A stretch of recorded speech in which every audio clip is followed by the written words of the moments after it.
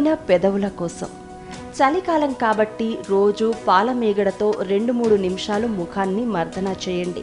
కళ్ళ కింద చర్మాన్ని కొబ్బరి నూనెతో 2 నిమిషాలు మసాజ్ చేయండి. పెదవులు పగలకుండా పేరిన నెయ్యి, వెన్న లేదా లిప్ బామ్ రాయండి.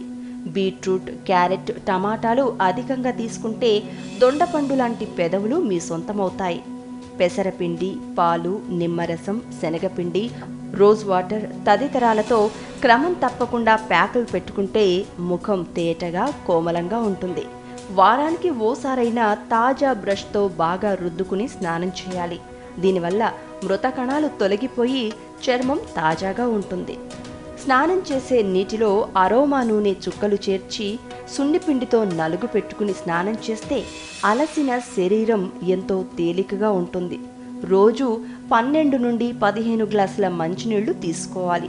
పరిమిత ఆహారం, ఫలద్రవం, కారాలు, మిరియాలు తగ్గించి తాజా పండ్లు, కూరగాయలు, పెరుగు, మజ్జిగ, టెంకాయ నీళ్లు వంటివి సమృద్ధిగా తీసుకోవాలి.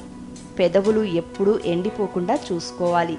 అంతేకాదు అవి శుభ్రంగా కూడా ఉండాలి. ఆకుకూరలతో పాటు నీటిని ఎక్కువగా తాగుతూ ఉండాలి.